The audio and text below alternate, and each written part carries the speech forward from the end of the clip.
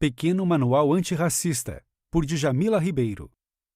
Pequeno Manual Antirracista é um microbook perfeito para ajudar na luta contra a discriminação racial no cotidiano. O livro é escrito pela mestre em filosofia e ativista Djamila Ribeiro, autora de outras obras fundamentais para o pensamento contemporâneo, como Quem tem medo do feminismo negro e O que é lugar de fala. Djamila atuou como colunista em veículos de imprensa como a revista Carta Capital e o jornal Folha de São Paulo. É uma das vozes mais importantes a colocar questões sobre a negritude em debate no Brasil contemporâneo. Este microbook vai lhe apresentar 11 breves lições que remetem às origens do racismo e às melhores formas de combater a discriminação vigente na sociedade. Nos próximos 12 minutos, anote cada ensinamento de quem tem muito a transmitir sobre o que é ser negro no Brasil e como se posicionar contra o racismo estrutural. Informe-se sobre o racismo. A primeira lição é buscar o máximo de conhecimento sobre o racismo. Você já está fazendo o dever de casa ao ouvir este microbook. O sistema racista se atualiza constantemente e, por isso, é necessário entender como ele funciona. Ainda que o Brasil não tenha um histórico de leis abertamente racistas, como as que vigoraram em países como Estados Unidos e África do Sul, é errado pensar que não somos racistas. Identificar os mitos que fundaram esse sistema de opressão é fundamental. Não tenha medo de usar as palavras branco, negro, racismo e racista. Expor atitudes racistas é combater o bom combate. Enxergue a negritude. Pessoas negras são levadas a refletir sobre sua condição social desde os primeiros anos de vida. Para muitos, é na escola a primeira percepção do quanto os brancos são privilegiados na sociedade. Desde lá, as culturas europeias são apresentadas como superiores, um ideal a ser seguido. Essa é uma divisão social que existe há séculos, uma violência naturalizada e que perpetua a discriminação racial. Reconheça os privilégios da branquitude. Mesmo uma pessoa branca, com muitos atributos morais positivos, é beneficiada pela estrutura racista da sociedade e acaba compactuando involuntariamente com a violência racial que nos cerca. E elas raramente se identificam com o seu grupo. O debate racial costuma ser focado na negritude. Pessoas brancas não param para pensar na baixa presença de negros em espaços de poder.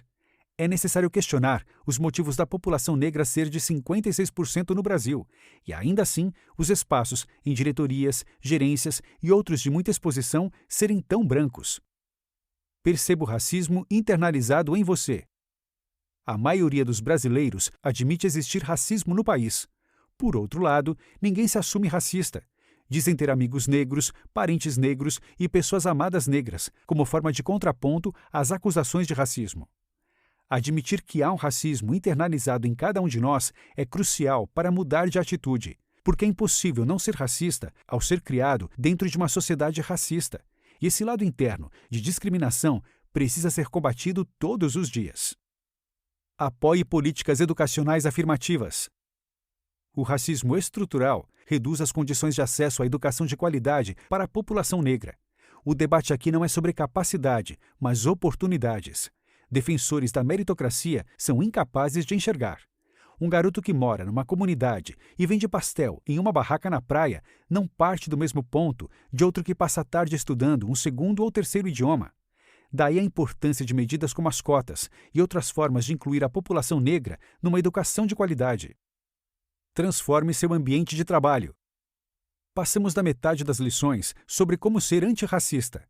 Existem métodos de manutenção dos privilégios da branquitude em ambientes de trabalho.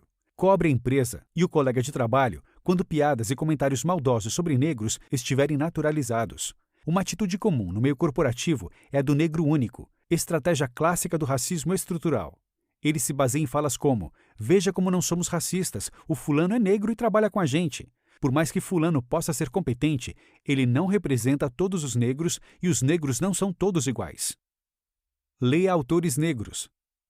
Qual o último livro de autor negro que você leu?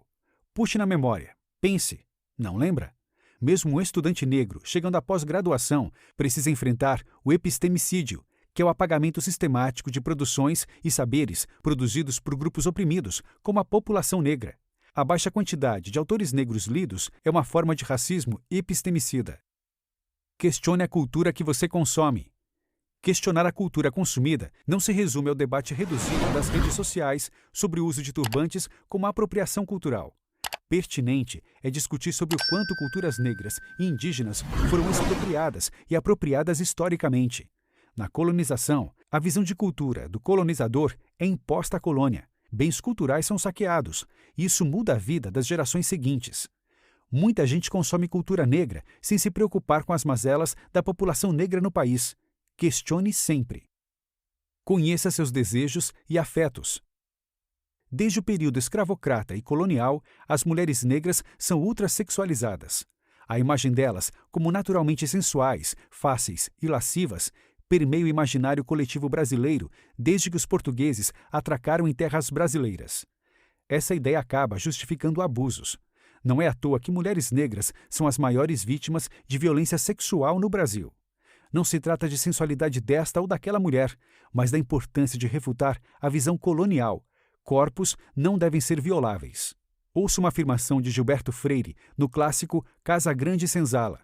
O que a negra da senzala fez foi facilitar a depravação com a sua docilidade de escrava, abrindo as pernas ao primeiro desejo do senhor moço. Uma péssima contribuição para fetichizar e olhar mulheres negras escravizadas como mercadorias. Entre os anos de 2007 e 2018, 553 mil pessoas foram assassinadas no Brasil, mais que a Síria, país em permanente guerra civil. E o alvo preferido da violência tem pele negra. Negros são quase 56% da população brasileira e 72% do total de assassinados. Entre 2006 e 2016, o número de homicídios de não-negros caiu 6,8%, enquanto o da população negra subiu 23%. A cada 23 minutos, um jovem negro é assassinado no Brasil. Passou da hora de combater o genocídio negro. Passou da hora de combater a discriminação racial ainda existente no Brasil. Passou da hora de combater o racismo estrutural dentro de cada um de nós. O racismo nosso de cada dia pode ser visto no baixo número de negros em posições de poder, nas expressões depreciativas que muitos acham graça e na repetição de hábitos que remontam ao Brasil colônia. As rápidas lições de Djamila Ribeiro precisam ser seguidas agora, sem adiamentos. O racismo é uma ferida aberta. A cicatrização demora, mas o tratamento é emergencial. A questão racial está presente na sociedade e não é de hoje. Ouça o microbook Campeões da Raça, os heróis negros na Copa de 1958, e aprenda sobre o quanto até no futebol a discriminação influenciou escolhas e a trajetória da seleção mais vitoriosa da história desse esporte.